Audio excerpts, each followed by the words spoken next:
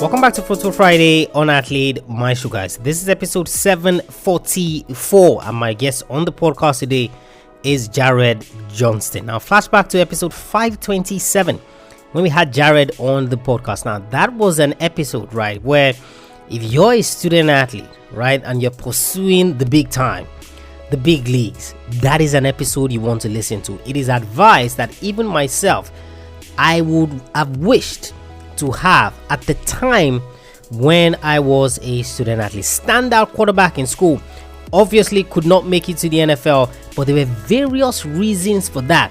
But he excelled as a college athlete. Went on, to write the book From Cleats to Loafers, episode 527. Fantastic and super episode. In this excerpt from that episode, Jared shares an advice to young athletes, young student athletes, which I want you to follow.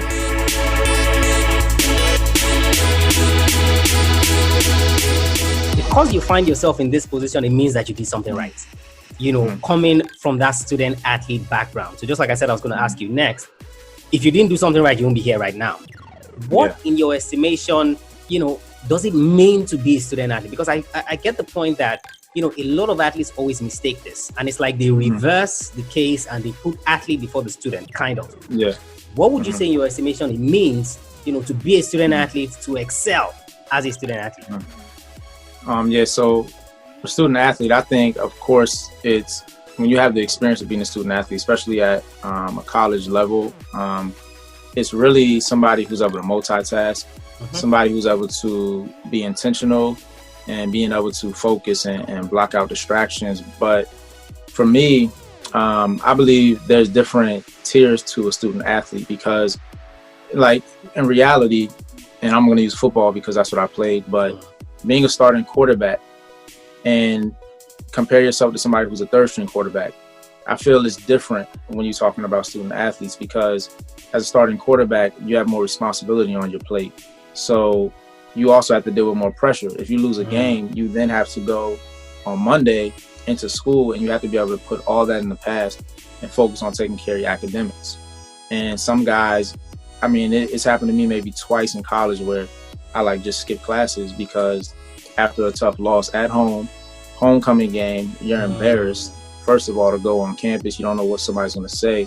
So you really have to muster up the strength being a student athlete to deal with the pressure that comes with it. And then a third string quarterback, if you lose, they care because they're on the team, but it's pretty easy. It's easier for them to go about their academics, after a tough loss or after a bad performance. So I think it just comes down to focus and being able to have tunnel vision and not get caught up in people's opinions so you can still focus on your academics. But I think dealing with pressure is one of the major things that leads to being a successful student athlete. How would you advise these athletes to now deal with that pressure? Because they've heard what you said and they're like, okay, yeah, I'm focused, but you're talking about pressure now. I haven't experienced the pressure. I'm trying to prepare for it. What would you say? Right.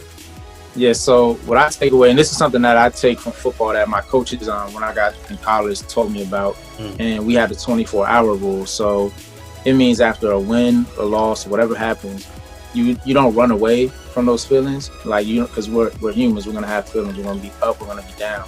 So you take those feelings and you just really immerse them and sit in those feelings for 24 hours. But after that, you don't think about it at all. And what it does, it gives you the opportunity to really, think a lot and really reflect on what you did, what you didn't do.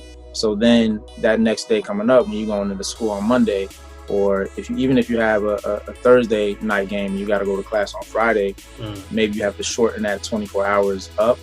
But I think dealing with the pressure, it comes down to dealing with your feelings, and your emotions, and don't ignore them. And I know as men, a lot of times we push those things to the side. You know what I'm saying? So I would say deal with the emotion. If you want to talk to somebody, and that's whether you do good or bad. Because if you do good and you on a high, you on cloud 9, and you going into school and you feel like you macho man, and now you feel you don't have to, respect your teachers or respect other students. That can carry over from week to week. So accept all the feelings and then know that after that 24-hour rule, it's a brand new day and you brand new week, and you just got to change your mindset to focus on the next task.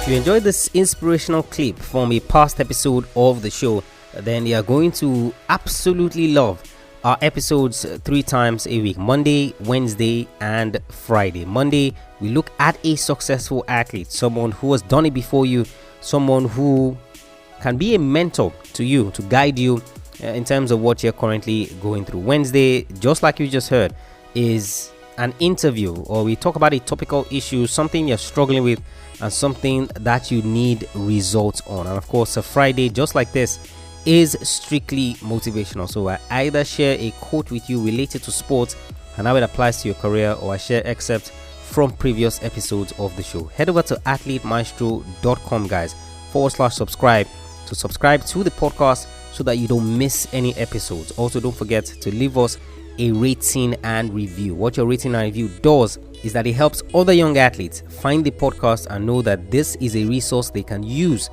to ensure that they are getting closer to the goals that they set for themselves in sports. And if you have any questions, send me a mail, tola@athletemaestro.com. I'll catch you guys on the next episode of the show. Remember, knowing is not enough, you must apply. Willing is not enough, you must do.